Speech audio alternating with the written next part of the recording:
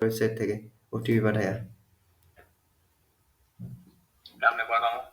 ওই যে ভিজিট ওয়েবসাইটে যান, লগইন প্যানেলে যান। হ্যাঁ, হ্যাঁ, এখানে এই যে change mobile number, mobile number পরিবর্তনে ক্লিক করে নেন। এটা ওটিপির ঘর ভাই, এটা না, এটা না, এটা না। মোবাইল নাম্বার পরিবর্তন করুন, নিচে আছে, এটা ক্লিক করেন। এই যে, হ্যাঁ, এখন দেন নাম্বার।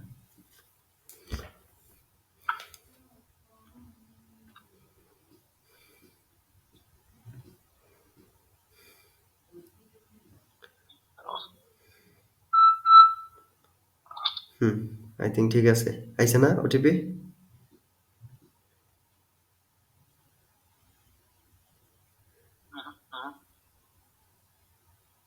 আপনার কি এটা ওই নাম্বারটা না যেটা দিয়ে ফার্স্ট ওটিপি আসলো না? ওইটা না, এই নাম্বার আই থিঙ্ক কোনো প্রবলেম আছে, কোনো জায়গায় ব্লক করা আছে আপনার এই নাম্বার। অন্য নাম্বার দেন। আইছে না? আচ্ছা, তাহলে তো হইছে। তাহলে তো সমস্যা নাই।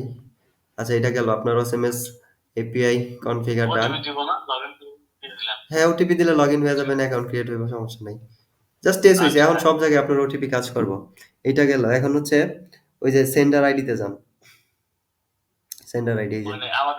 না, না, না, এই যে এখানে সেন্ডার আইডি। হ্যাঁ, হ্যাঁ। এখন দেখেন আপনার ২ টা সেন্ডার আইডি আছে। একটা হচ্ছে এই যে এটা হলো ফিক্সড নাম্বার, ঠিক আছে? একটা আইপি নাম্বার দিছে আপনারে। এই নাম্বার থেকে সবসময় এসএমএস গুলা সেন্ড হইব। আর এটার প্রাইস হইছে পার এসএমএস ৳২৫ করে। সরি, ২৫ পয়সা। ওকে? এখন দেখেন আপনি যদি আরেকটু খরচ কমাইতে চান, এটা হচ্ছে ২০ পয়সা কইরা পড়বো।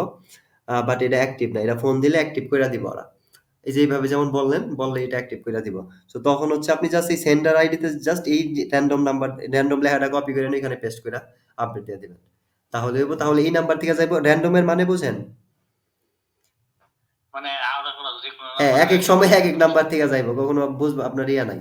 আর এটা হচ্ছে সবসময় ফিক্সড নাম্বার থেকে যাইব। একটা নাম্বার কাস্টমার বুঝবো না। এক ধরনের একটা এই আর কোনো ডিফারেন্স না। আপনি যদি খরচ কমাইতে চান তাহলে র‍্যান্ডম ইউজ করতে পারেন। ওদের বললে এটা কইরা দিবে অ্যাক্টিভ। আর না হলে এটা থাকলো। এই ২ টার পার্থক্য এটাই।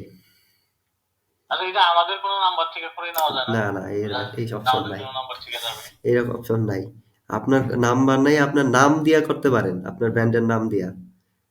আহমেদ লাইফস্টাইল বিডি এই নামে যাইতে পারে। ওইটা করতে পারেন, বাট ওইটার জন্য আরো প্রসেস আছে। ওদের ফোন দিবেন, এটার প্রসেস আছে, এটার প্রসেস লং প্রসেস। এটা ওই যে ওদের ফোন দিবেন, ফোন দিয়ে আপনি বলবেন, ভাই আমি মাস্কিং এসএমএস পাঠাইতে চাই। তখন ওরা স্টেপ বইলা দিব, আপনার ট্রেড লাইসেন্স লাগবে, ছিল লাগবে, অনেক কিছু ডকুমেন্ট লাগবে, এগুলো ওদের ফর্ম দিব, ওইটা ফিল করে ওদের সাবমিট করতে হবে আপনার।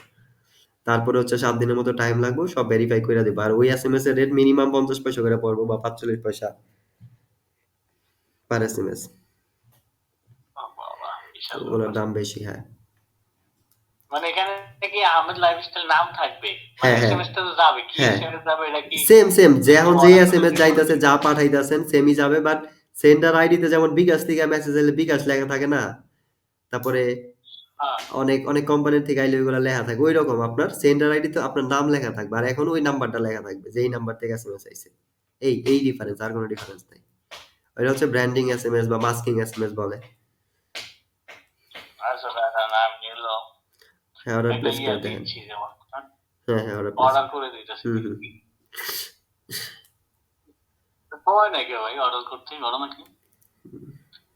হ্যাঁ, না, ওই অর্ডার প্রসেস অনেক কাজ হয় তো। এসএমএস যায়, এই যায়, অনেক অপারেশন হয় ওই টাইমটাতে। আইছে না?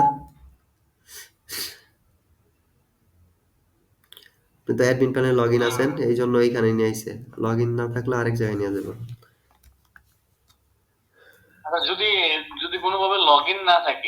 হ্যাঁ, কইরা দেখেন, লগ আউট করেন, তখন অন্য জায়গায় যাবেন।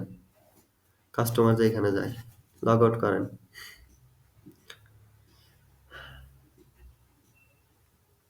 লগ আউট করে নিছেন তো ব্রাউজার থেকে? লগইন আছেন?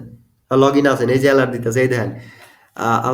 Almas you are using control panel. এটা না ভাই। আপনি কন্ট্রোল প্যানেল লগইন আছেন, এটা আগে লগ আউট হন। হ্যাঁ, হ্যাঁ, এখান থেকে ওই যে নিচে, একদম নিচে দেখেন লগ আউট আছে। এই যে প্যানেলে। এই যে এদিকে নিচে যান। স্ক্রল করে নিচে যান। হ্যাঁ, এই যে লগ আউট আছে। হ্যাঁ, এখন অর্ডার করেন। লগইন করা লাগবে না ভাই, এমনি জাস্ট অর্ডার করেন। এটা তো অ্যাকাউন্ট। কাস্টমাররা তো লগইন করে অর্ডার খুব কম করবে আপনার সাইটে। Login option